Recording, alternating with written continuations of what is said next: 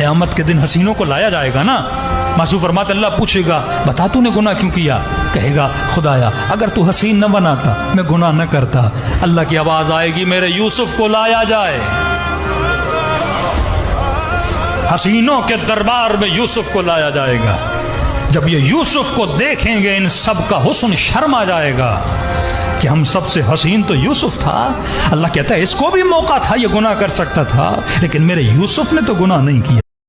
یا آقایی از خوبان بود تو قم، یه توسلی به امام زمان علیه السلام داشت، دائم توسل میکرد و بهش داده نمیشد اون چیزی که میخواست. یه گله کرد گفت یا صاحب الزمان شما به فکر ما نیست. تو یه حالتی حالا خواب بود هر چی که بود حضرت رو دید. امام زمان علیه السلام بهش فرمود فلانی ما به فکر نیستیم، تو بچه نبودی که از فلان جا افتادی پایین ما گرفتیمه، تو فلان مشکل گیر نکرده بودی ما ردش کردیم، تو فلان بنبست نبود که ما مشکل تو حل کردیم. یکی یکی شروع کرد از بچه